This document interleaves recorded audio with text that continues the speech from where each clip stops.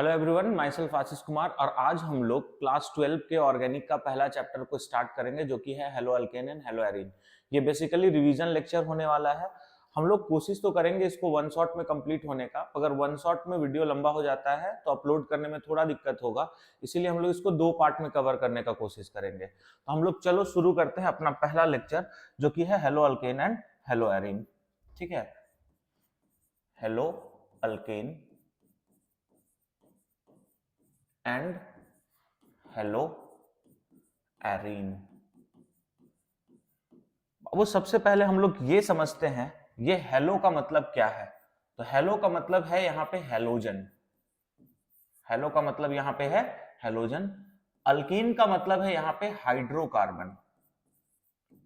Hydrocarbon. और arene यहाँ पे रिजेंबल करता है एरोमेटिक रिंग से।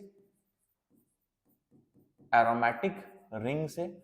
और इस चैप्टर के लिए एरीन का मतलब तुम लोग समझ सकते हो बेंजीन रिंग। Benzene ring. चलो, तो ये हम लोग समझ गए हेलो का मतलब क्या होता है, अल्केन क्या है, एरीन क्या है। अब समझते हैं हेलो अल्केन होता क्या है।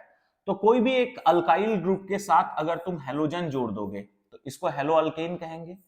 किसी भी बेंजीन रिंग के साथ अगर तुम हेलोजन जोड़ दोगे तो इसको हम लोग हेलो एरीन कहेंगे। सबसे पहले समझो ये दोनों कंपाउंड के बारे में क्या क्या पढ़ना है। तो ये दोनों कंपाउंड के बारे में इस चैप्टर में हम लोग पहला जो टॉपिक पढ़ेंगे वो है क्लासिफिकेशन। सबसे पहले तुम पढ़ोगे क्लासिफिकेशन। दूसरा यहां पे पढ़ोगे method of preparation. Method of preparation, ठीक है। और तीसरा यहां पे पढ़ोगे physical property. Physical property.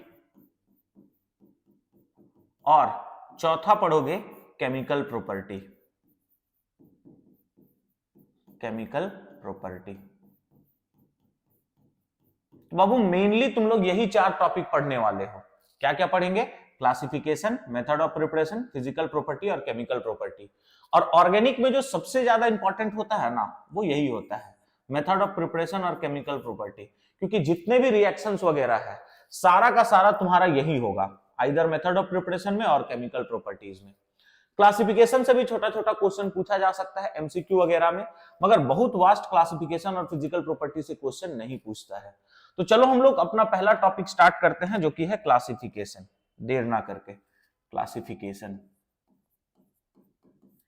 Classification तो हम लोग क्लासिफिकेशन देखने वाले हैं of hello alkane, of hello alkane and hello arene. Hello arene, hello alkane और हेलो एरीन का हम लोग क्लासिफिकेशन देखते हैं। देखो किसी भी चीज का जब हम लोग क्लासिफिकेशन करते हैं ना तो हम लोग सबसे पहले वहां पे एक क्राइटेरिया फिक्स करते हैं। यहां पे भी हम लोग एक क्राइटेरिया फिक्स करते हैं कि आखिर किस बेसिस पे हेलो अल्केन और हेलो एरीन को हम लोग क्लासिफाई करने वाले हैं। तो यहां पे हम लोग हेलो अल्केन और हेलो एरीन को क्लासिफाई करेंगे on the basis of number of halogen attached. On the basis of number of halogen attached.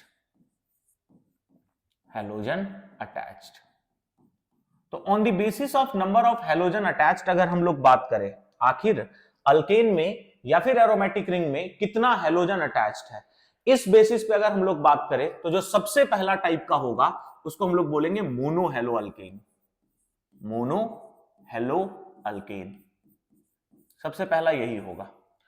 अब देखो वर्ड को अगर तोड़ दोगे ना तो आराम से समझ में आ जाएगा। मोनो यानी हम लोग वन का बात कर रहे हैं, हेलो का मतलब है हेलोजन, हेलो का मतलब है हेलोजन। और अगर हम अल्केन का बात करें, ठीक है, तो अल्केन का मतलब पता ही है हाइड्रोकार्बन चेन।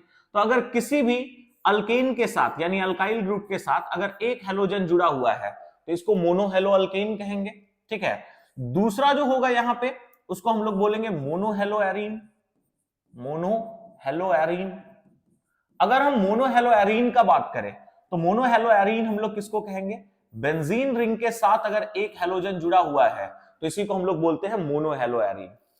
इसी तरह से इसमें जो दूसरा टाइप होगा ना उसको हम लोग बोलेंगे die hello alkane.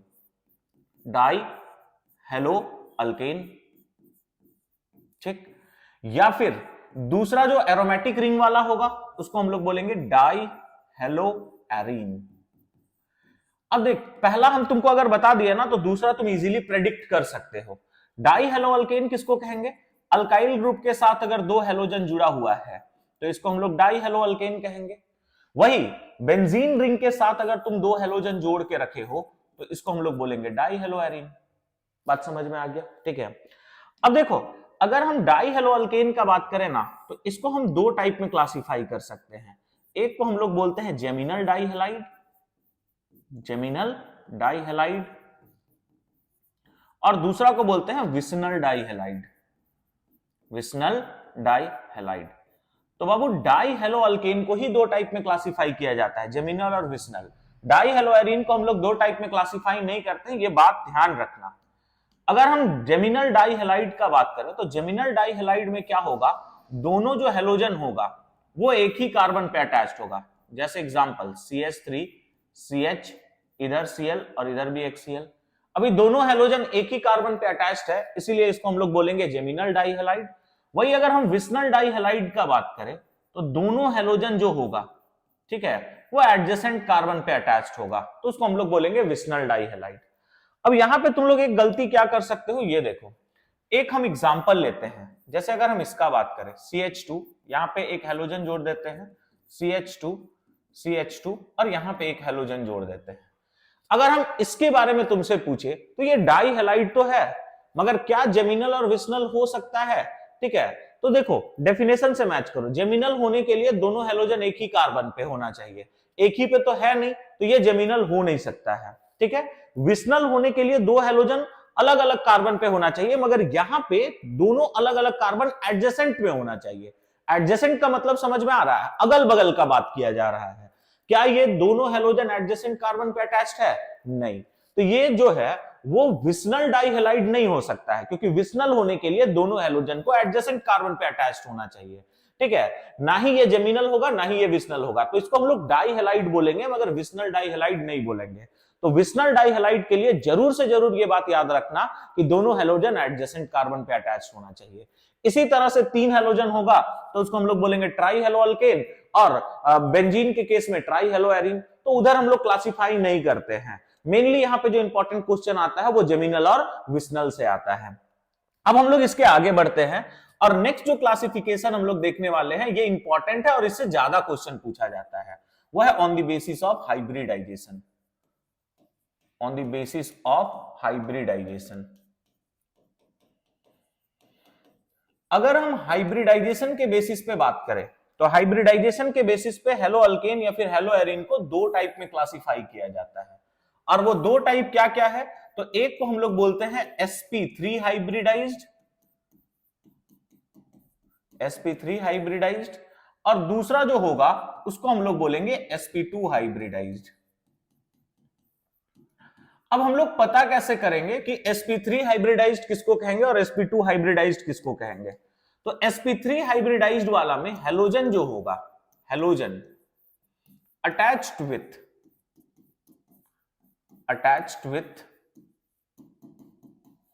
sp3 hybridised carbon, sp3 hybridised carbon. अगर हेलोजन sp3 हाइब्रिडाइज्ड कार्बन के साथ अटैच्ड है तो उसको हम लोग बोलेंगे sp3 हाइब्रिडाइज्ड वाला कैटेगरी में रखेंगे। वही अगर हेलोजन sp2 हाइब्रिडाइज्ड के साथ में अटैच्ड है, हेलोजन अटैच्ड विथ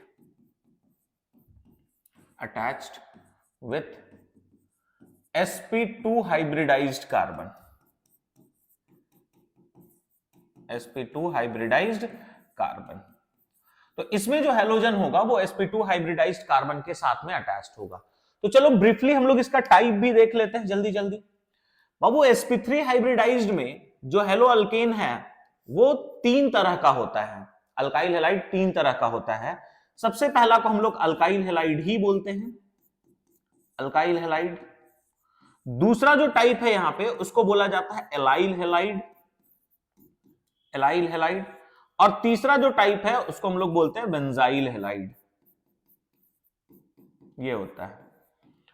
वही अगर हम sp2 हाइब्रिडाइज्ड वाला का बात करें तो sp2 हाइब्रिडाइज्ड दो तरह का होता है, ठीक है, और वो दो तरह का क्या क्या है, एक को हम लोग बोलते हैं विनाइल हेलाइड, विनाइल हेलाइड, और दूसरा को हम लोग बोलते हैं एराइल हेलाइड,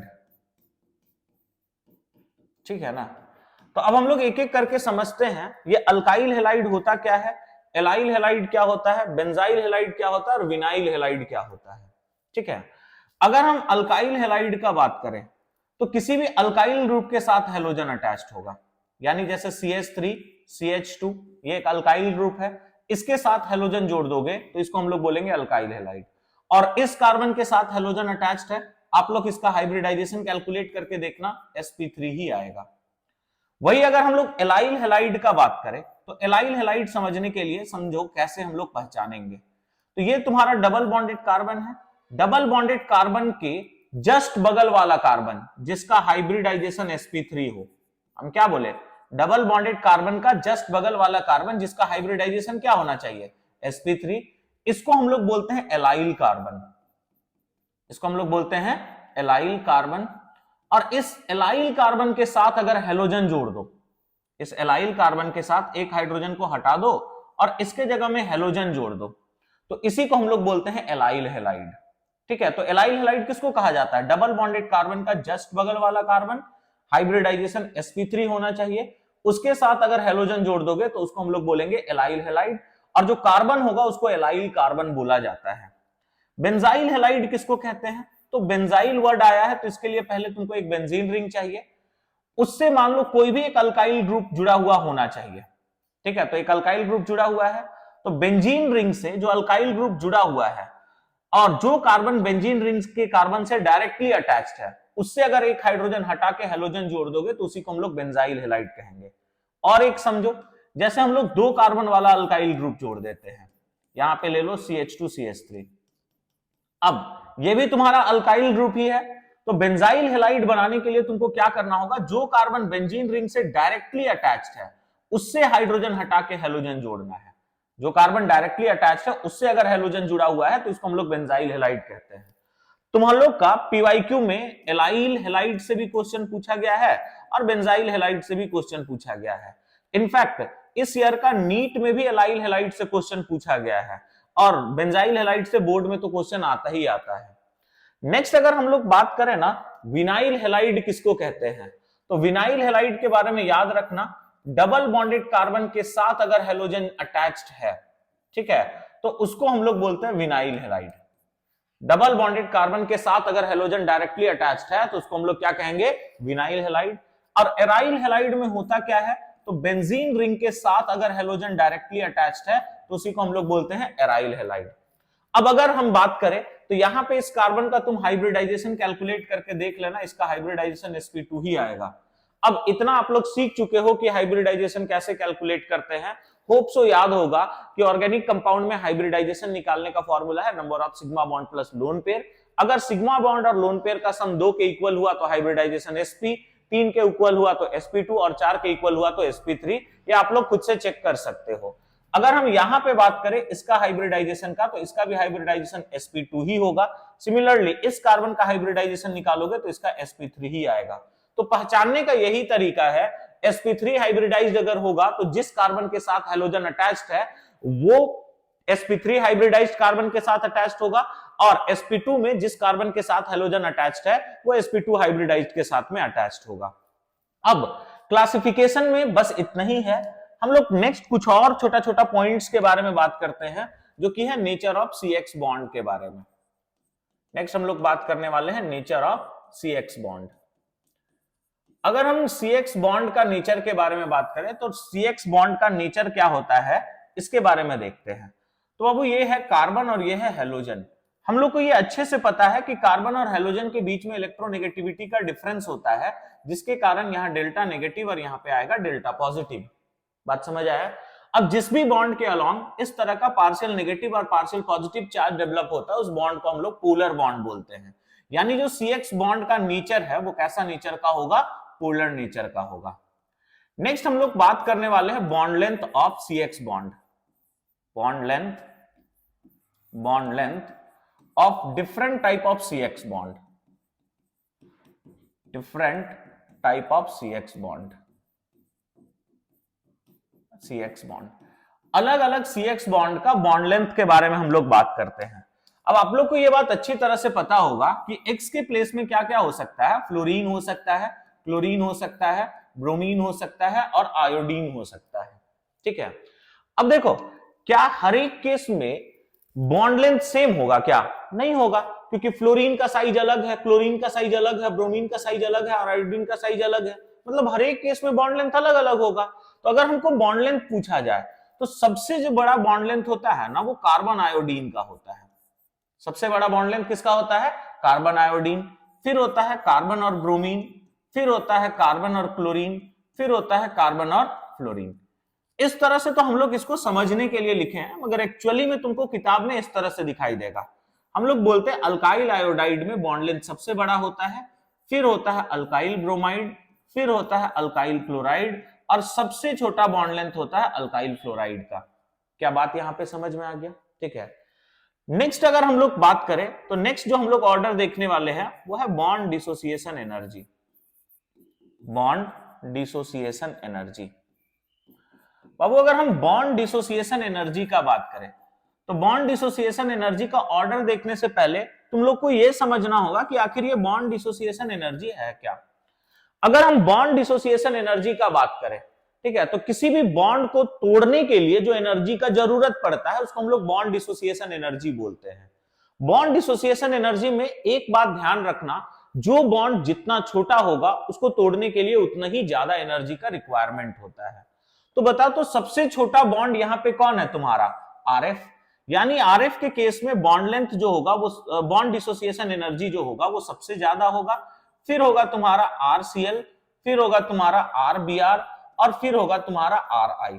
अल्काइल आयोडाइड का बॉन्ड डिसोसिएशन एनर्जी सबसे कम होता है। इसका रीजन है इसका बॉन्ड लेंथ सबसे बड़ा होता है। बात समझ आ गया? ठीक है, तो यहां पे दो तीन पॉइंट याद रखना कि CX बॉन्ड का नेचर कैसा होता है। तो CX बॉन्ड का नेचर पोलर होगा। कार्बन और हेलोजन के बीच का बॉन्ड लेंथ का ऑर्डर क्या होगा? तो सबसे बड़ा होगा RI, फिर RBr, फिर RCl, फिर होगा RF। Next bond dissociation energy का अगर बात किया जाए तो बॉन्ड डिसोसिएशन एनर्जी में RF सबसे ज्यादा, फिर RCl, फिर RBr, फिर RI। इसमें हम ट्रिक क्या बताएं कि जो बॉन्ड लेंथ जितना छोटा होगा उसको तोड़ने के लिए उतना ही ज्यादा एनर्जी लगता है। अब हम लोग आगे बात करते हैं और इस चैप्टर का सबसे इंपॉर्टेंट पार्ट में एंटर करते हैं जो कि है मेथड ऑफ प्रिपरेशन। तो चलो स्टार्ट किया जाए। Method of preparation. तो सबसे पहले हम लोग मेथड ऑफ प्रिपरेशन देखने वाले हैं of hello alkane. Of hello alkane. तो आज हम लोग मेथड ऑफ प्रिपरेशन देखते हैं और मेथड ऑफ प्रिपरेशन हम लोग किसका देखेंगे? हेलो अल्केन का। हम लोग देखेंगे कि हेलो अल्केन बनाते कैसे हैं। अब वो हेलो अल्केन का जो सबसे पहला मेथड ऑफ प्रिपरेशन तुम लोग को पढ़ना है उसका नाम है हेलोजिनेशन। सबसे पहला जो मेथड ऑफ प्रिपरेशन पढ़ना है वो क्या है? हेलोजिनेशन। हेलोजिनेशन के हेल्प से अल्काइल हैलाइड बनता कैसे है ये सुनो। हेलोजिनेशन में हम लोग कोई भी एक अल्केन को X2 के साथ रिएक्शन कराते हैं और हेलोजिनेशन सनलाइट के प्रेजेंस में होता है, तो इन प्रेजेंस ऑफ Hµ। ये जो Hµ है यही क्या चीज को रिप्रेजेंट कर रहा है? सनलाइट को। ठीक है, तो इस केस में क्या होगा? एक हाइड्रोजन हट जाता है और एक हाइड्रोजन हटने के बाद यहां पे जुड़ जाएगा हेलोजन, प्लस यहां से बाई प्रोडक्ट जो बाहर होता है वो बाई प्रोडक्ट होगा HX। तो हेलोजिनेशन में अल्केन को X2 के साथ रिएक्शन कराया जाता है in presence of sunlight. Alkane से एक हाइड्रोजन हटता है, उसके जगह जुड़ता है हेलोजन और बाई प्रोडक्ट निकलता है HX। सबसे पहला सवाल यह है कि X2 के प्लेस में हो क्या क्या सकता है? तो बाबू X2 के प्लेस में हो सकता है तुम्हारा F2। ठीक है, X2 के प्लेस में क्या क्या हो सकता है? F2 हो सकता है, Cl2 हो सकता है, Br2 हो सकता है और I2 हो सकता है। अगर इन चारों हेलोजन का रिएक्टिविटी के बारे में बात करें, रिएक्टिविटी यानी कौन अच्छा रिएक्शन शो करेगा और कौन अच्छा रिएक्शन शो नहीं करेगा, तो अगर हम रिएक्टिविटी के बारे में बात करें ना तो यहाँ पे F2 का रिएक्टिविटी सबसे ज्यादा होता है, फिर Cl2 का होता है, फिर Br2 का होता है और सबसे लीस्ट होता है तुम्हारा I2 का। इस रिएक्शन के पॉइंट ऑफ व्यू से अगर बात किया जाए तो F2 के केस में रिएक्शन को हम लोग विगरस बोलते हैं, विगरस। और यही रीजन है कि हेलोजिनेशन के हेल्प से अल्काइल फ्लोराइड नहीं बना सकते हैं, क्योंकि रिएक्शन बहुत तेज होता है, विग्रस होता है। I2 के केस में रिएक्शन जो होता है वो स्लो होगा और साथ ही साथ रिवर्सिबल भी होता है। तो I2 के केस में रिएक्शन स्लो और रिवर्सिबल होगा। मतलब इस मेथड से तुम कौन कौन सा अल्काइल हैलाइड बना सकते हो, आइदर क्लोराइड वाला या ब्रोमाइड वाला। फ्लोराइड क्यों नहीं प्रिपेयर कर सकते हैं? फ्लोराइड इसलिए प्रिपेयर नहीं किया जा सकता है क्योंकि रिएक्शन विग्रस होता है। आयोडाइड इसलिए प्रिपेयर नहीं करना पसंद करते हैं क्योंकि रिएक्शन स्लो भी होता है और रिवर्सिबल भी होता है। तो हेलोजिनेशन के हेल्प से हम लोग क्या क्या बना सकते हैं, आइदर अल्काइल क्लोराइड बना सकते हैं या फिर अल्काइल ब्रोमाइड बना सकते हैं। बात क्लियर है? ठीक है। नेक्स्ट अगर हम लोग बात करें तो इसके बाद अपना सेकंड मेथड ऑफ प्रिपरेशन की तरफ हम लोग चलते हैं, और अपना सेकंड मेथड ऑफ प्रिपरेशन है by Swarts reaction. By Swarts reaction, ठीक है। अगर हम स्वार्ट्स रिएक्शन का बात करें तो स्वार्ट्स रिएक्शन के हेल्प से हम लोग किस तरह से अल्काइल हैलाइड बनाते हैं इसके बारे में बात करेंगे। बाबू स्वार्ट्स रिएक्शन के हेल्प से एक ही अल्काइल हैलाइड बनता है जो कि है RF, यानी इस रिएक्शन के हेल्प से हम लोग अल्काइल फ्लोराइड का प्रिपरेशन कर सकते हैं। और ये अल्काइल फ्लोराइड बनता कैसे है? तो इसके लिए तुमको चाहिए आइदर अल्काइल क्लोराइड या चाहिए अल्काइल ब्रोमाइड। देखो जिसको प्रॉब्लम हो रहा है ना R को समझने में, तो R का मतलब समझ जाओ कार्बन का चेन है। अल्काइल ग्रुप समझने में दिक्कत है तो समझ जाओ कोई कार्बन का चेन होगा, एक कार्बन का होगा, दो कार्बन का होगा। तो कार्बन के चेन के साथ अगर Cl जोड़ दोगे तो उसको अल्काइल क्लोराइड बोल दोगे, और कार्बन के चेन के साथ अगर Br जोड़ दोगे तो उसको हम लोग बोलेंगे अल्काइल ब्रोमाइड। इस अल्काइल क्लोराइड या अल्काइल ब्रोमाइड को हम लोग रिएक्शन कराते हैं AgF के साथ। किसके साथ रिएक्शन कराएंगे? AgF के साथ। यहां पे भी हम लोग इसको रिएक्शन कराते हैं किसके साथ? AgF के साथ। या फिर हम लोग एक और रिएजेंट ले सकते हैं जो कि है Hg2F2। यहां पे भी एक और रिएजेंट लिया जा सकता है जो कि है Hg2F2। तो इस केस में क्या होता है, Cl जो है वो हट जाएगा और उसके जगह में लग जाता है फ्लोरीन, और अगर आप लोग AgF लिए हो तो बाई प्रोडक्ट निकलेगा AgCl, ठीक है। और अगर Hg2F2 लिए हो तो निकलेगा Hg2Cl2। ये डिपेंड करता है कि हम लोग कौन सा रिएजेंट ले रहे हैं। वही अगर हम लोग RBr के केस में बात करें तो वही बात होगा, Br यहां से हटेगा और इसके जगह में जुड़ेगा F+। अगर हम लोग Br लिए हैं तो प्रोडक्ट निकलेगा AgBr, ठीक है ना। और अगर हम लोग Hg2F2 लिए हैं तो निकलेगा Hg2Br2। इस रिएक्शन को एक और नाम से बुलाया जाता है, इसको हम लोग हेलोजन एक्सचेंज रिएक्शन भी बोलते हैं। स्वार्ट्स रिएक्शन को हम लोग किस नाम से बुलाते हैं? हेलोजन एक्सचेंज रिएक्शन के नाम से भी बुलाते हैं, एक्सचेंज रिएक्शन। सवाल यह है कि इसको हेलोजन एक्सचेंज रिएक्शन हम लोग कहते क्यों हैं? हेलोजन एक्सचेंज रिएक्शन इसको इसलिए कहा जाता है क्योंकि यहां से Cl Ag के पास गया और Ag का F R के पास में आ गया, तो चूंकि हेलोजन का एक्सचेंज हो रहा है, अदला बदली हो रहा है, इसी वजह से इसको हम लोग हेलोजन एक्सचेंज रिएक्शन भी कहते हैं। तो ये अपना सेकंड मेथड ऑफ प्रिपरेशन था, और सेकंड मेथड से सिर्फ एक ही अल्काइल हैलाइड बन सकता है जो कि है अल्काइल फ्लोराइड। अब हम लोग अपना थर्ड मेथड ऑफ प्रिपरेशन के तरफ चलते हैं, और अपना थर्ड मेथड ऑफ प्रिपरेशन है by Finkelstein reaction. Finkelstein reaction. अब अगर हम फिंकलस्टीन रिएक्शन का बात करें तो फिंकलस्टीन रिएक्शन के हेल्प से भी हम लोग एक ही टाइप का अल्काइल हैलाइड बना सकते हैं जो कि है अल्काइल आयोडाइड। तो फिंकलस्टीन रिएक्शन के हेल्प से क्या बन सकता है? Alkyl iodide. अल्काइल आयोडाइड कैसे बन सकता है? तो अल्काइल आयोडाइड बनाने के लिए या तो तुमको चाहिए अल्काइल क्लोराइड या फिर चाहिए फिर से वही अल्काइल ब्रोमाइड। जो तुम स्वार्ट्स में किए थे ना, सेम यही होगा। अल्काइल क्लोराइड को फिंकलस्टीन रिएक्शन में NaI के साथ रिएक्शन कराते हैं और इसको भी NaI के साथ रिएक्शन कराते हैं। प्रेजेंस रखेंगे हम लोग एसीटोन का, यहां पे भी हम लोग प्रेजेंस किसका रखते हैं? एसीटोन का। उस केस में क्या होगा, Cl जो है वो हट जाता है और इसके जगह में लग जाता है I प्लस बाई प्रोडक्ट जो निकलेगा वो बाई प्रोडक्ट होगा NaCl। सिमिलरली यहां पे भी होगा, जो यहां से Br है वो हट जाएगा, उसके जगह में लग जाएगा I प्लस बाई प्रोडक्ट जो निकलता है वो होगा NaBr। क्या बात समझ में आया? फिंकलस्टीन रिएक्शन में अल्काइल क्लोराइड या अल्काइल ब्रोमाइड को NaI के साथ रिएक्शन कराया जाता है इन प्रेजेंस ऑफ एसीटोन। ठीक है। तो Cl हटता है, आयोडीन लगता है, Br हटता है और आयोडीन लगता है, ठीक है। और जहां पे आयोडीन था उसके जगह में Cl और Br चला जाएगा। फिर से यहां पे एक बात याद करके बोल सकते हो, भैया ये भी हेलोजन एक्सचेंज रिएक्शन हो सकता है, तो करेक्ट। फिंकलस्टीन रिएक्शन को भी हम लोग किस नाम से बुलाते हैं? हेलोजन एक्सचेंज रिएक्शन के नाम से, हेलोजन एक्सचेंज रिएक्शन,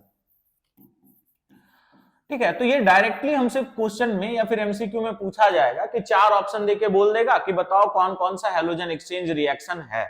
तो ये बात याद रखना, 2 रिएक्शन को हेलोजन एक्सचेंज के कैटेगरी में रखा जाता है, और वो 2 रिएक्शन कौन कौन सा है? एक फिंकलस्टीन रिएक्शन है और दूसरा है तुम्हारा श्वार्ट्ज रिएक्शन। बात क्लियर हो गया, ठीक है। फिंकलस्टीन रिएक्शन से सिर्फ तुम अल्काइल फ्लोराइड बना सकते हो, और श्वार्ट्ज फिंकलस्टीन रिएक्शन के हेल्प से सिर्फ अल्काइल आयोडाइड बन सकता है, और श्वार्ट्ज रिएक्शन के हेल्प से सिर्फ हम लोग बना सकते हैं अल्काइल फ्लोराइड। बात समझ में आ गया? अब हम लोग अपना नेक्स्ट मेथड ऑफ प्रिपरेशन की तरफ चलते हैं, और अपना नेक्स्ट मेथड ऑफ प्रिपरेशन है by alkene. Next method of preparation क्या हम लोग देखने वाले हैं? By alkene. अब हम लोग सीखते हैं एल्कीन के हेल्प से अल्काइल हैलाइड बनता कैसे है। देखो, एल्कीन के हेल्प से अल्काइल हैलाइड बनाने का सिंपल सा तरीका यह है कि हम लोगों को एल्कीन को, ठीक है, एल्कीन को हम लोग को HX के साथ रिएक्शन कराना पड़ता है, ठीक है। अगर हम लोग एल्कीन को अल्काइल हैलाइड में बदलना चाहते हैं तो एल्कीन को किसके साथ रिएक्शन कराना पड़ता है? HX के साथ। वो ये हम लोग ऑलरेडी डिस्कस कर चुके हैं कि X के प्लेस में 4 हैलोजन होगा, मतलब HX भी जो है वो कितने तरह का हो सकता है? 4 तरह का। कौन कौन सा हो सकता है? HF हो सकता है, HCl हो सकता है, HBr हो सकता है और HI हो सकता है, ठीक है। अगर हम लोग इनका रिएक्टिविटी का बात करें तो हम तुम लोग को बता चुके हैं रिएक्टिविटी तुम कैसे डिसाइड करोगे। रिएक्टिविटी डिसाइड करने के लिए देखना होगा कि कहां पे बॉन्ड आसानी से टूट सकता है। जहां पे बॉन्ड आसानी से टूटेगा उसका रिएक्टिविटी भी ज्यादा होगा, और जहां पे बॉन्ड आसानी से नहीं टूटेगा उसका रिएक्टिविटी कम होगा। और बॉन्ड आसानी से तब टूटेगा जब उसका बॉन्ड लेंथ बड़ा होगा।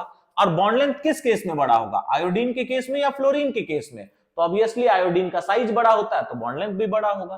तो यहां पे अगर रिएक्टिविटी का ऑर्डर का बात करोगे तो HI का रिएक्टिविटी सबसे ज्यादा होगा, फिर होगा HBr का, फिर होगा HCl का, और सबसे लीस्ट रिएक्टिविटी होता है HF का। हम लोग ये मान के चलते हैं कि HF रिएक्शन भी शो नहीं करता है, क्योंकि बॉन्ड डिसोसिएशन एनर्जी हाई होता है, रिएक्टिविटी काफी कम होता है। देखो, एल्कीन से अल्काइल हैलाइड बनाने से पहले कुछ पॉइंट जो है उसको आप लोग को ध्यान रखना होगा, और वो कुछ पॉइंट क्या क्या है? सबसे पहले तो तुमको यह समझना होगा कि एल्कीन कितने टाइप का होता है। तो यहां पे एल्कीन को हम लोग 2 पार्ट में बांटते हैं। एक को बोलते हैं सिमेट्रिकल एल्कीन, एक को हम लोग बोलते हैं सिमेट्रिकल एल्कीन, और दूसरा जो है ना बाबू उसको बोला जाता है अनसिमेट्रिकल एल्कीन। अनसिमेट्रिकल एल्कीन, एक है सिमेट्रिकल एल्कीन और दूसरा है तुम्हारा अनसिमेट्रिकल एल्कीन। सबसे पहले समझो सिमेट्रिकल एल्कीन हम लोग कहते हैं किसको हैं। तो अगर हम सिमेट्रिकल एल्कीन का बात करें ना, तो सिमेट्रिकल एल्कीन किसको कहते हैं?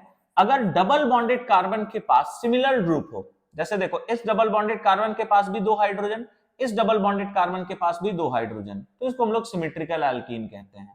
और एक एग्जांपल लेते हैं ताकि तुम्हारा सारा पॉइंट अच्छे से क्लियर हो जाए। तो यहां पे भी देखो, डबल बॉन्डेड कार्बन के पास अगर सिमिलर ग्रुप होगा तो सिमेट्रिकल एल्कीन कहलाएगा। देख, इसके पास हाइड्रोजन CH3, हाइड्रोजन CH3, तो इसको हम लोग सिमेट्रिकल एल्कीन कहेंगे। अगर इसमें भी तकलीफ हो रहा है ना, तो तुम क्या करो, डबल बॉन्ड को 2 हिस्सा में बांट दो ऐसे, और देखो अगर दोनों साइड सेम दिख रहा है मतलब एल्कीन सिमेट्रिकल होगा, और अलग अलग दिखेगा मतलब एल्कीन अनसिमेट्रिकल होगा। तो देखो 2 हिस्सा में, तो इधर भी CH2 इधर भी CH2 मतलब सिमेट्रिकल, 2 हिस्सा में CH3 CH3 यानी ये सिमेट्रिकल होगा। वही अगर हम अनसिमेट्रिकल एल्कीन का बात करें तो अनसिमेट्रिकल एल्कीन में डबल बॉन्डेड कार्बन के पास में डिसिमिलर ग्रुप होगा। अब देख, इसके पास 2 हाइड्रोजन, इसके पास हाइड्रोजन और CH3, ठीक है, मतलब दोनों जो ग्रुप है वो अलग अलग है, दोनों डबल बॉन्डेड कार्बन के पास ग्रुप अलग अलग है, मतलब ये होगा अनसिमेट्रिकल एल्कीन। अब अगर इससे भी प्रॉब्लम हो रहा है तो फिर से वही कहानी, इसको 2 हिस्सा में बांटते हैं, इधर सिर्फ CH2 है और इधर CH3 है, मतलब ये जो होगा वो सिमेट्रिकल होगा कि अनसिमेट्रिकल होगा? अनसिमेट्रिकल होगा, ठीक है। स्टैंडर्ड डेफिनेशन कहता है both double bonded carbon will contain same group then it will be called symmetrical alkene. और अगर दोनों डबल बॉन्डेड कार्बन के पास में अलग अलग ग्रुप होगा तो उसको हम लोग बोलेंगे अनसिमेट्रिकल एल्कीन। अब ये बात तुम ध्यान रखना, क्योंकि अभी जब हम प्रिपरेशन करेंगे ना तो ये दोनों वर्ड का यूज करेंगे। ये समझने के बाद यहां पे तुमको दो रूल भी ध्यान रखना होगा, ठीक है। एक है मार्कोवनिकॉव रूल, एक है मार्कोवनिकॉव रूल, और दूसरा जो है उसको हम लोग बोलते हैं एंटी मार्कोवनिकॉव रूल।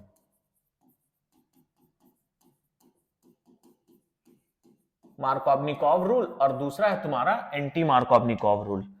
सबसे पहला सवाल, मार्कोवनिकॉव और एंटी मार्कोवनिकॉव रूल एप्लीकेबल किन के लिए है? बाबू अगर सिमेट्रिकल एल्कीन है ना तो तुमको कोई तकलीफ नहीं होगा, मगर एल्कीन अगर अनसिमेट्रिकल है तो उसके लिए दो रूल ध्यान में रख के चलना पड़ता है, एक मार्कोवनिकॉव और दूसरा एंटी मार्कोवनिकॉव, ठीक है। तो दोनों जो रूल है वो अनसिमेट्रिकल एल्कीन के लिए एप्लीकेबल है, applicable for unsymmetrical alkene, unsymmetrical alkene. दोनों जो रूल है वो अनसिमेट्रिकल एल्कीन के लिए एप्लीकेबल है। यहां पे भी हम वही लिख लेते हैं, applicable for unsymmetrical alkene, unsymmetrical alkene, ठीक है। अब मार्कोवनिकॉव रूल क्या कहता है ये आराम से समझो।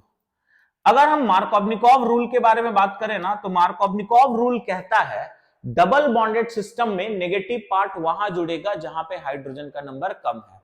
हम क्या बोले, इन double bonded system, in double bonded system, bonded system negative part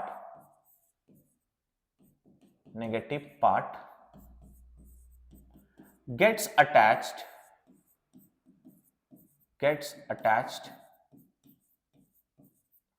where number of hydrogen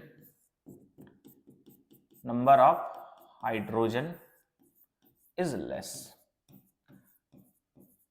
ठीक है। यही तुम्हारा मार्कोवनिकॉव रूल कहता है, डबल बॉन्डेड सिस्टम में अपना नेगेटिव पार्ट वहां जुड़ेगा जहां पे हाइड्रोजन का नंबर कम है, ठीक है। वही अगर हम एंटी मार्कोवनिकॉव रूल के बारे में बात करें तो सबसे पहले समझो एंटी मार्कोवनिकॉव रूल तुम कब अप्लाई करोगे। एंटी मार्कोवनिकॉव रूल हमेशा H2O2 के प्रेजेंस में होता है, और इस H2O2 को हम लोग पेरोक्साइड बोलते हैं। इस H2O2 को हम लोग क्या बोलते हैं, पेरोक्साइड। तो ये H2O2 के प्रेजेंस में होगा, यानी पेरोक्साइड के प्रेजेंस में होगा। देखो मार्कोवनिकॉव रूल हम आप लोग को समझा दिए हैं। अगर मार्कोवनिकॉव रूल अच्छे से समझ में आ गया है ना तो एंटी मार्कोवनिकॉव रूल हम लोग इजीली बता सकते हैं कि एंटी मार्कोवनिकॉव रूल क्या कहता है, ठीक है। फिर से वही बात कहेंगे, इसका उल्टा होगा, in double bonded system negative part gets attached where number of hydrogen is more. तो एंटी मार्कोवनिकॉव रूल ये कहता है कि डबल बॉन्डेड सिस्टम में नेगेटिव पार्ट वहां जुड़ेगा जहां पे हाइड्रोजन का नंबर ज्यादा है। अब हम तुम लोग को बता चुके हैं कि एल्कीन का अगर हम बात करें तो एल्कीन को अल्काइल हैलाइड में बदलने के लिए HX के साथ में रिएक्शन कराते हैं, और टोटल 4 HX होता है। कौन कौन सा, HF, HCl, HBr और HI। इसमें हम ऑलरेडी बोल चुके हैं बाबू, HF के बारे में टेंशन लेने का जरूरत नहीं है, बॉन्ड डिसोसिएशन एनर्जी हाई होने के कारण ये रिएक्ट नहीं करता है। तो रिएक्ट कौन कौन करता है, एक करता है तुम्हारा HCl, HBr और HI। अब इसके बारे में जो पॉइंट हम बोलने वाले हैं वो ध्यान से सुनो। अगर हम HCl का बात करें या फिर HI का बात करें तो HCl और HI जो है वो सिर्फ मार्कोवनिकॉव एडिशन शो करता है, ओनली मार्कोवनिकॉव, ठीक है। ये सिर्फ कौन सा एडिशन शो करता है, मार्कोवनिकॉव। वही अगर हम HBr का बात करें तो HBr दोनों शो करता है, मार्कोवनिकॉव as well as एंटी मार्कोवनिकॉव, ठीक है ना। तो HCl और HI के बारे में तो फिर टेंशन लेने का जरूरत नहीं है, ये सिर्फ कौन सा एडिशन शो करेगा, मार्कोवनिकॉव, ठीक है। HBr जो है वो मार्कोवनिकॉव और एंटी मार्कोवनिकॉव दोनों शो करेगा। अब हम लोग पता कैसे करेंगे कि मार्कोवनिकॉव करेगा या एंटी मार्कोवनिकॉव करेगा। तो HBr अगर अकेले होगा तो मार्कोवनिकॉव करेगा, और HBr के साथ अगर पेरोक्साइड आ जाए तो एंटी मार्कोवनिकॉव करेगा। क्या बात यहां तक समझ में आ गया? ठीक है, तो चलो अब हम लोग देखते हैं कि एल्कीन से अल्काइल हैलाइड बनता कैसे है, इतना सारा पॉइंट समझने के बाद।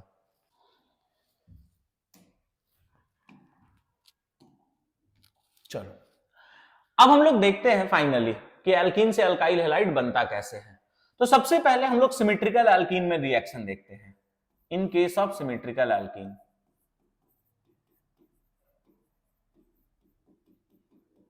In case of symmetrical alkene, अगर हम लोग सिमेट्रिकल एल्कीन के लिए बात करें तो पहले हम लोग एक सिमेट्रिकल एल्कीन लेते हैं, ठीक है, CH2 डबल बॉन्ड CH2। इसको तुम किसी के साथ रिएक्शन कराओ, HCl के साथ कराओ, HBr के साथ कराओ या HI के साथ कराओ, कोई फर्क नहीं पड़ता है। सिमेट्रिकल है ना, तो सबके केस में रिएक्शन सेम होगा। इसमें क्या करोगे, सिमेट्रिकल है तो सबसे पहले तुम डबल बॉन्ड को तोड़ देना, और डबल बॉन्ड तोड़ने के बाद एक कार्बन को हाइड्रोजन देना और एक कार्बन को हेलोजन देना। तो मान लो हम ये वाला कार्बन को हाइड्रोजन दे रहे हैं, तो पहले 2 था, अब कितना हो जाएगा 3, और जिस कार्बन को हाइड्रोजन दिए उसके जस्ट बगल वाला डबल बॉन्डेड कार्बन को हम लोग हेलोजन दे देंगे। तो अगर हम लोग मान लो Cl लिए हैं तो यहाँ पे Cl हो जाएगा, Br लेते तो यहाँ पे Br होता, और अगर HI लेते तो यहाँ पे क्या आ जाएगा, I आ जाएगा। तो सिमेट्रिकल में कोई दिक्कत नहीं होगा। अब हम तुम लोग को समझाते हैं अनसिमेट्रिकल एल्कीन के केस में। In case of unsymmetrical alkene, in case of unsymmetrical alkene, अब वो अनसिमेट्रिकल एल्कीन के केस में हम लोग रिएक्शन कैसे देखेंगे ये देखो। तो हम लोग एक एल्कीन लेते हैं unsymmetrical, CH2 double bond CH single bond CH3। इसको हम लोग HCl के साथ रिएक्शन कराते हैं। फिर से यही अनसिमेट्रिकल एल्कीन लेते हैं, CH2 double bond CH single bond CH3। इसको हम लोग रिएक्शन कराते हैं अभी HBr के साथ। अब देखो HBr अकेले है, अभी हम लोग एक बार CH2 double bond CH single bond CH3, इसको हम लोग रिएक्शन कराते हैं HBr के साथ, मगर अब की बार प्रेजेंस रखते हैं H2O2 यानी पेरोक्साइड का। अब जरूरी नहीं है कि हमेशा तुमको H2O2 लिख देगा, कभी कभी एरो के ऊपर में पेरोक्साइड भी लिखा हुआ रहता है, तुमको समझना होगा पेरोक्साइड और H2O2 दोनों सेम है, ठीक है। अब ये अनसिमेट्रिकल एल्कीन है, कैसे पता चला, इधर डबल बॉन्डेड कार्बन के पास 2 हाइड्रोजन है, इधर डबल बॉन्डेड कार्बन के पास 1 हाइड्रोजन और 1 CH3 है, तो अलग अलग ग्रुप हुआ यानी अनसिमेट्रिकल हुआ। यहां पे भी सेम अनसिमेट्रिकल, यहां पे भी सेम अनसिमेट्रिकल।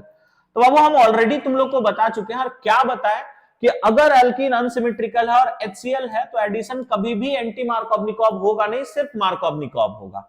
अब मार्कोवनिकॉव रूल कहता है डबल बॉन्डेड सिस्टम में नेगेटिव पार्ट वहां जुड़ेगा जहां पे हाइड्रोजन का नंबर कम है। अब नेगेटिव पार्ट होगा कौन, तो HCl टूटेगा, तो कैसे टूटेगा, H++ Cl-, मतलब हेलोजन नेगेटिव पार्ट में है। तो तुम अभी के लिए ऐसे भी बोल सकते हो कि हेलोजन वहां जुड़ेगा जहां पे हाइड्रोजन का नंबर कम है मार्कोवनिकॉव में, और हेलोजन वहां जुड़ेगा जहां पे हाइड्रोजन का नंबर ज्यादा है एंटी मार्कोवनिकॉव में। मगर ये हम बस समझने के लिए बताए हैं, स्टैंडर्ड डेफिनेशन नेगेटिव पार्ट वाला ही है। बात क्लियर हो गया, ठीक है।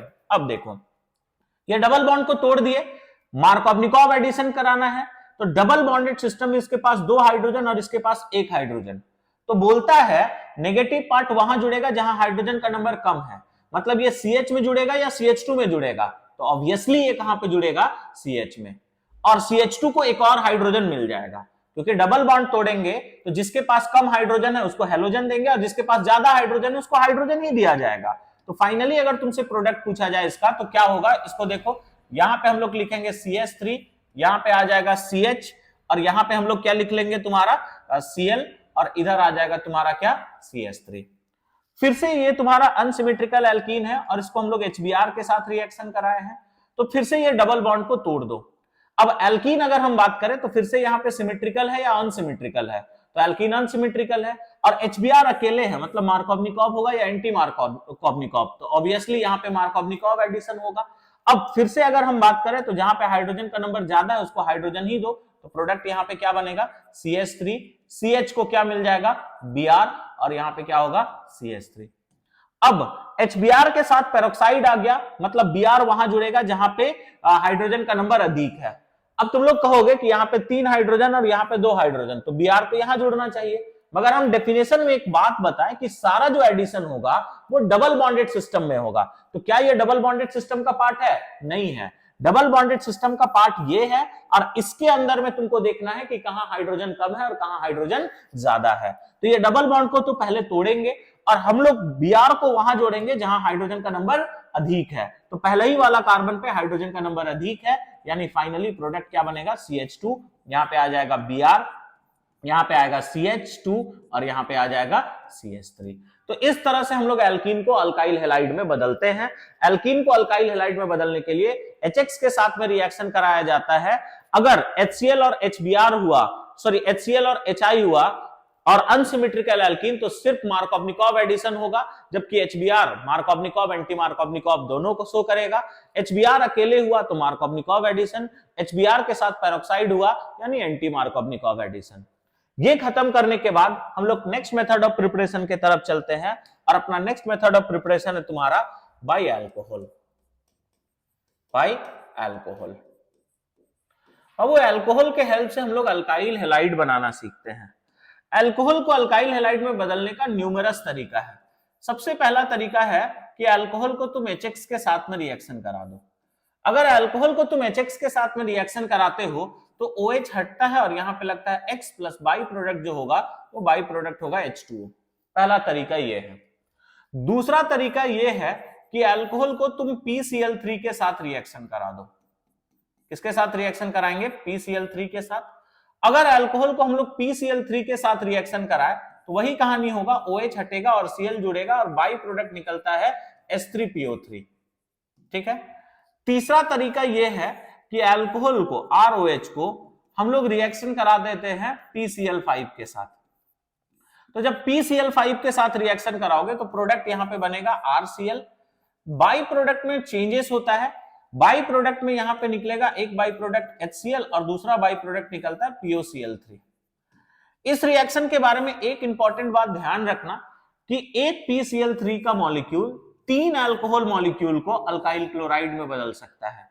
अब सेम दिमाग यहां पे मत लगाने लगना। यहां पे एक PCl5 का मॉलिक्यूल एक ही अल्कोहल मॉलिक्यूल को अल्काइल क्लोराइड में बदल सकता है। यहां पे एक 3 को बदल सकता है, मगर यहां पे एक ही को बदल सकता है। चौथा और आखिरी मेथड है जिसके हेल्प से हम लोग अल्कोहल को अल्काइल हैलाइड में बदल सकते हैं, और वो मेथड ये है कि ROH यानी अल्कोहल है, इसको हम लोग SOCl2 के साथ रिएक्शन कराते हैं। तो होगा क्या, यहां से OH जो है वो हट जाएगा और उसके जगह में Cl जुड़ेगा, प्लस बाई प्रोडक्ट जो होगा वो बाई प्रोडक्ट SO2 निकलेगा और दूसरा बाई प्रोडक्ट निकलेगा HCl। ये जो तुमको मेथड यहां पे दिखाई दे रहा है, इसको हम लोग बेस्ट मेथड कंसीडर करके चलते हैं। इसको हम लोग क्या कंसीडर करके चलते हैं? Best method for preparation of alkyl chloride. ठीक है। इसको एक और नाम से बुलाते हैं, इसको हम लोग डार्जन्स प्रोसेस भी बोलते हैं। इसको हम लोग डार्जन्स प्रोसेस के नाम से भी बुलाते हैं। तो ये बात याद रखना, अल्कोहल को अल्काइल हैलाइड में बदलने का ये टोटल 4 तरीका है। पहला HX के साथ में रिएक्शन करा देना, दूसरा PCl3 के साथ, तीसरा PCl5 के साथ, और चौथा तरीका है SOCl2 के साथ। SOCl2 वाला मेथड को best method of preparation of alkyl chloride बोला जाता है। साथ ही साथ इसको हम लोग डार्जन्स प्रोसेस के नाम से भी बुलाते हैं। इतना बात ध्यान रखना। ठीक है। अब हम लोग नेक्स्ट जो मेथड ऑफ प्रिपरेशन देखने वाले हैं, अपना नेक्स्ट मेथड जो है वो है तुम्हारा, ठीक है, addition reaction of alkene. Addition reaction of alkene. Addition reaction of alkene. ठीक है। तो अगर हम एडिशन रिएक्शन ऑफ एल्कीन के बारे में बात करें, ठीक, तो एडिशन रिएक्शन ऑफ एल्कीन में हम लोग क्या करते हैं? CH2 मतलब एल्कीन को X2 के साथ रिएक्शन कराया जाता है और प्रेजेंस हम लोग रखते हैं CCl4 का। एल्कीन को किसके साथ रिएक्शन कराते हैं? X2 के साथ, और प्रेजेंस किसका रखते हैं? CCl4 का। तो यहां पे ये जो डबल बॉन्ड है वो टूट जाता है और दोनों कार्बन को एक एक हेलोजन मिल जाएगा। मतलब यहां पे भी X जुड़ेगा, यहां पे भी X जुड़ेगा। तो इस मेथड से हम लोग विस्नल डाई हैलाइड का प्रिपरेशन करते हैं। X2 के प्लेस में क्या क्या ले सकते हो? X2 के प्लेस में या तो Br2 होगा या फिर Cl2 होगा। अगर ये रिएक्शन को तुम, ठीक है, Br2 लेके करा रहे हो, अगर इस रिएक्शन को Br2 लेके करा रहे हो, तो इस मेथड को हम लोग ब्रोमीन वाटर टेस्ट भी बोलते हैं। मतलब रिएक्शन को हम लोग किस नाम से बुलाते हैं? ब्रोमीन वाटर टेस्ट के नाम से भी बुलाते हैं, ठीक है। या फिर इसको हम लोग एक और नाम से देते हैं, test for unsaturation. Test for unsaturation. इस रिएक्शन को अगर हम लोग Br2 लेके कराएं तो ब्रोमीन वाटर टेस्ट बोला जाता है, या फिर इसको हम लोग बोलते हैं टेस्ट फॉर अनसैचुरेशन, ठीक है। तो ये दो बात याद रखना। तो एल्कीन को Br2 के साथ रिएक्शन कराओ इन प्रेजेंस ऑफ CCl4 तो विस्नल डाइब्रोमाइड बनेगा। रिएक्शन को ब्रोमीन वाटर टेस्ट या फिर टेस्ट फॉर अनसैचुरेशन कहते हैं। तुम्हारा अल्काइल हैलाइड बनाने का लास्ट मेथड है जिसको हम लोग एलाइलिक सब्स्टिट्यूशन बोलते हैं। Allylic substitution, allylic substitution. अगर हम एलाइलिक सब्स्टिट्यूशन का बात करें तो एलाइलिक सब्स्टिट्यूशन में क्या है कि हम लोग एक ये एल्कीन लेते हैं जिसके पास में एलाइल कार्बन प्रेजेंट होगा। एलाइल कार्बन हम लोग किसको कहते हैं, ये ऑलरेडी बता चुके हैं कि डबल बॉन्डेड कार्बन का जस्ट बगल वाला कार्बन जिसका हाइब्रिडाइजेशन sp3 हो उसको एलाइलिक कार्बन बोलते हैं। इसको हम लोग NBS के साथ रिएक्शन कराते हैं। NBS यानी एन ब्रोमोसक्सीनामाइड, ठीक है। अब वो नाम बस खतरनाक लग रहा है, इसका काम बस इतना होता है टू सप्लाई ब्रोमीन। इसका काम ब्रोमीन सप्लाई करने का होता है, टू सप्लाई ब्रोमीन। तो उस केस में क्या होगा, उस केस में ये होता है कि यहां से एक हाइड्रोजन हट जाएगा, मतलब एलाइलिक कार्बन से एक हाइड्रोजन हट जाएगा और उसके जगह में जुड़ जाता है Br। इसके जगह में क्या जुड़ जाएगा? Br। इसी को हम लोग बोलते हैं एलाइलिक सब्स्टिट्यूशन। तो जब भी तुमको एलाइल हैलाइड बनाना हो तो एक ऐसा एल्कीन लेना जिसके पास एलाइल कार्बन हो और उसको NBS के साथ रिएक्शन कराना। तो एलाइल कार्बन से एक हाइड्रोजन हटेगा और उसके जगह जुड़ जाएगा Br। NBS का फुल फॉर्म क्या बताए? एन ब्रोमोसक्सीनामाइड। और इसका बस काम इतना है कि ये ब्रोमीन सप्लाई करता है।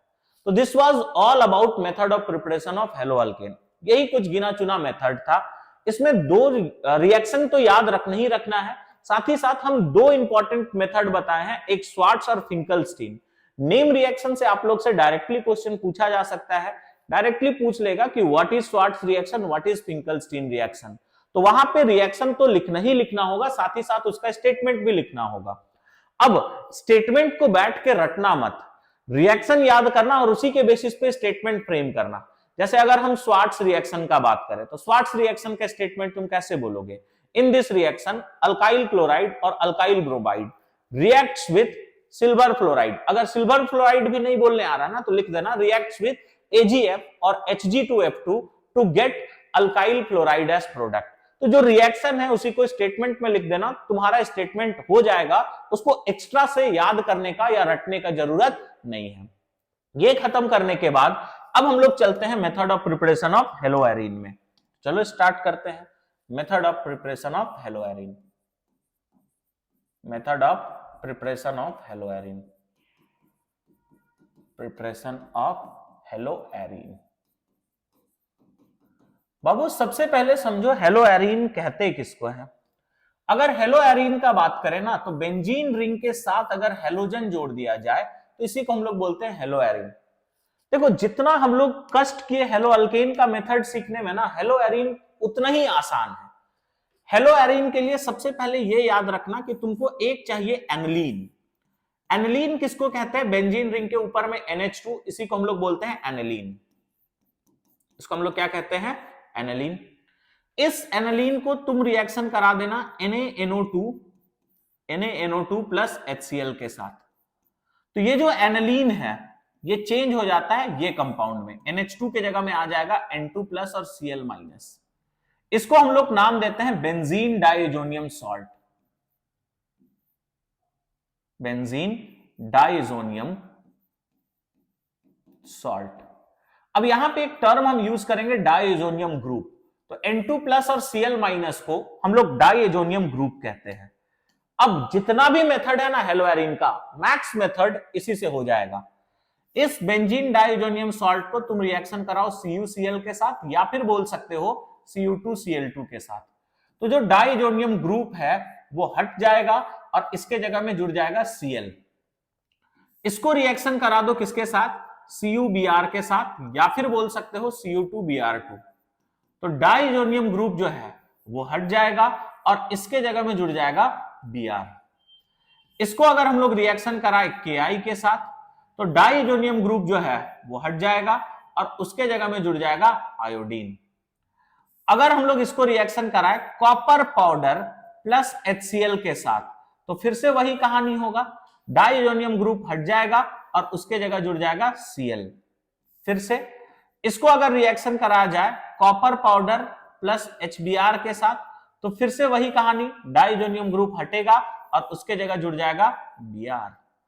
अगर हम लोग इसको रिएक्शन करा दे HBF4 के साथ, ठीक, तो डाइजोनियम ग्रुप हटेगा और उसके जगह में जुड़ जाएगा F। अगर नाम का बात करें तो इसको हम लोग बोलेंगे क्लोरोबेंजीन। बेंजीन रिंग के ऊपर में क्लोरीन मतलब क्लोरोबेंजीन। बेंजीन रिंग के ऊपर में ब्रोमीन मतलब इसको हम लोग बोलेंगे ब्रोमोबेंजीन, ब्रोमोबेंजीन, ठीक है। बेंजीन रिंग के ऊपर में आयोडीन मतलब इसको हम बोलेंगे आयोडोबेंजीन, आयोडोबेंजीन, ठीक है। और बेंजीन रिंग के ऊपर में फ्लोरीन यानी इसको हम लोग बोलेंगे फ्लोरोबेंजीन। बाकी कॉमन है, देख लो। अब यहां पे रिएक्शंस का नाम भी है। देखो, अगर बेंजीन डाइजोनियम सॉल्ट को हम क्या बोले, ध्यान से सुनो, बेंजीन डाइजोनियम सॉल्ट को CuCl या CuBr के साथ रिएक्शन कराया जाए तो इसको हम लोग नाम देते हैं सेंडमेयर्स रिएक्शन। इसको क्या नाम देते हैं, सेंडमेयर्स रिएक्शन। अब ये भी एक नेम रिएक्शन है, इससे भी तुमसे क्वेश्चन पूछा जा सकता है, व्हाट इज सेंडमेयर्स रिएक्शन।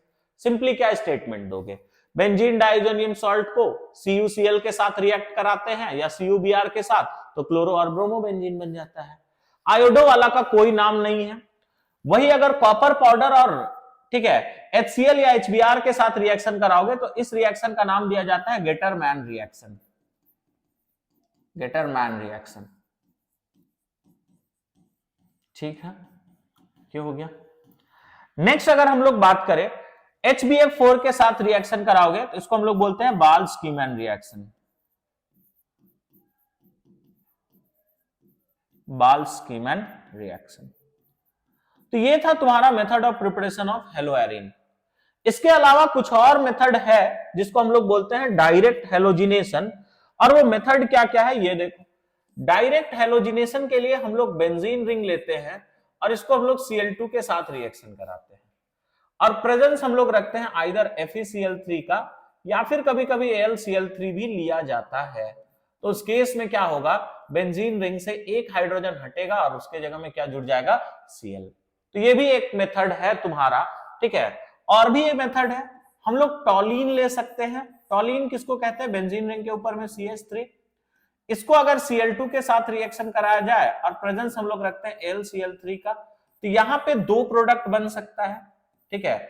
एक तुम्हारा CH3 ऑर्थो पोजीशन पे Cl जुड़ जाएगा और दूसरा, ठीक है, CH3 तो एज इट इज ही रहेगा और एक बार पारा पोजीशन पे तुम्हारा Cl जुड़ जाएगा। तो ये भी कुछ मेथड है, इसमें ये उतना ज्यादा यूज नहीं होता है, ये यूज होता है। और ज्यादा जो मेथड हम लोग बात करेंगे हेलोएरिन का वो यही है। ज्यादा तुमसे सेंडमेयर्स, गेटरमैन या बाल्स-कीमैन से पूछ सकता है। देख लो, क्लोरो ब्रोमो बनाने का दो तरीका है, सेंडमेयर्स और गेटरमैन। आयोडोबेंजीन का एक ही तरीका है, बेंजीन डाइजोनियम सॉल्ट को Ki के साथ रिएक्शन कराएंगे। फ्लोरोबेंजीन बनाने का भी एक ही तरीका है, बेंजीन डाइजोनियम सॉल्ट को HBF4 के साथ रिएक्शन कराएंगे।